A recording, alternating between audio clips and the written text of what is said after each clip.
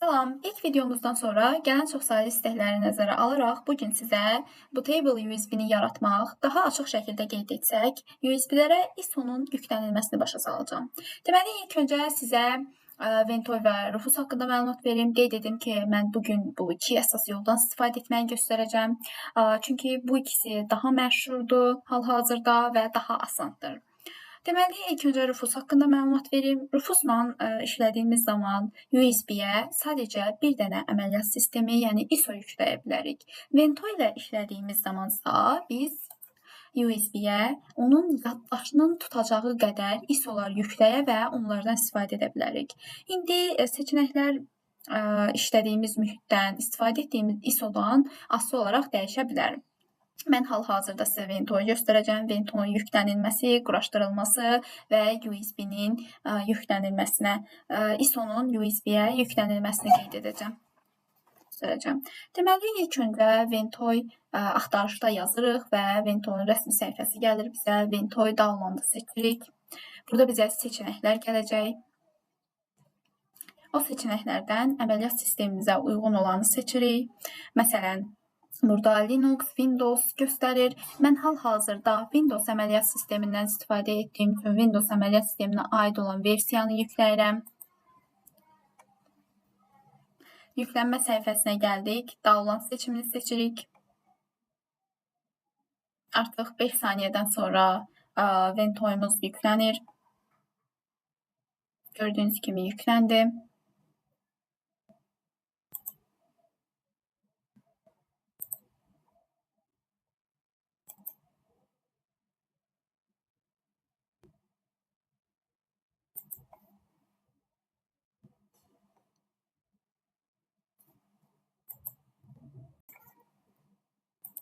Artıq Ventoyumuz yükləndi. Zip faylını açdıq. Davam edək. Artıq Ventoyu zipdən çıxardıq. İndi quraşdırılmasını yerinə yetiririk. Deməli, Ventoyu yüklədiyimiz və yaxud da ki, Rufusu yüklədiyimiz flash kart təmiz olmalıdır. Daxilində bizə lazım ola biləcək məlumatlar olmamalıdır. Çünki biz bu proqramları yüklədiyimiz zaman onlar silinmiş olacaq. Deməli, burada bir nüansı çatdırım nəzərinizə. Burada MBR yazısını görürük. Bizim əməliyyat sistemimizi kompüterimizdə MBR yoxsa GPT olduğunu bildikdən sonra yükləməliyik. Yəni, onun yoxlanılmasını da göstərim. MBR və GPT-nin nə olduğunu, arasındakı fərqləri öyrənmək istəsəniz, 3-cü videomuzda qeyd edərəm, çünki biraz böyük mövzudur. Deməli, kompüterin MBR yoxsa GPT olduğunu, yoxlanılması yolunu göstərirəm. Windows R əmrindən istifadə edərək RAN-ı açırıq. RAN-da CMD yazır, CMD-yə daxil oluruq. Daxil olduğumuz zaman disk part əmrindən istifadə edirik və bu bizi orada yes veririk. Burada yazırıq list disk. Bu əmrdən istifadə edərək partitionun MBR yoxsa GPT olduğunu görəcəyik. Burada bizə gördüyünüz kimi məndə GPT göstərir. Yəni, mənim kompüterim GPT-dir. MBR ilə yükləsəm error verər. Artıq MBR və GPT-ni də göstərdikdən sonra, davam edək. Burada MBR-ı dəyişib GPT edirəm. Çünki məndə GPT-dir.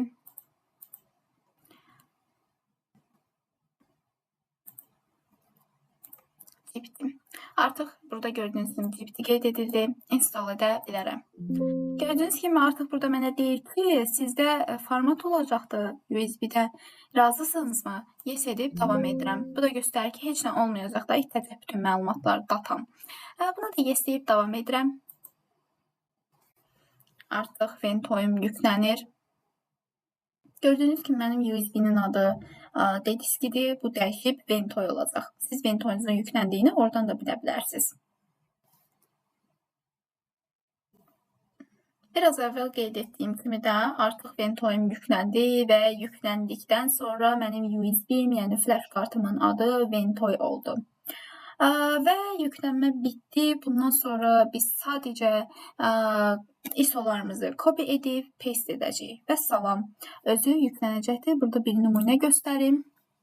Məndə hər hansı bir ISO-nu götürürəm. Məsələn, burada Halimutun ISO-su var. Copy edirəm. Gətirib burada paste edirəm. Gördüyünüz kimi yüklənmə başlayır. Sona çatdıqdan sonra burada artıq ISOM yüklənmiş olacaq. Deməli, ISOM yüklənmiş olacaq. Bugünkü videomuz bu qədər. Videonun davamlı olması üçün zəhmət olmasa videomuzu bəyənək, abunə olaq.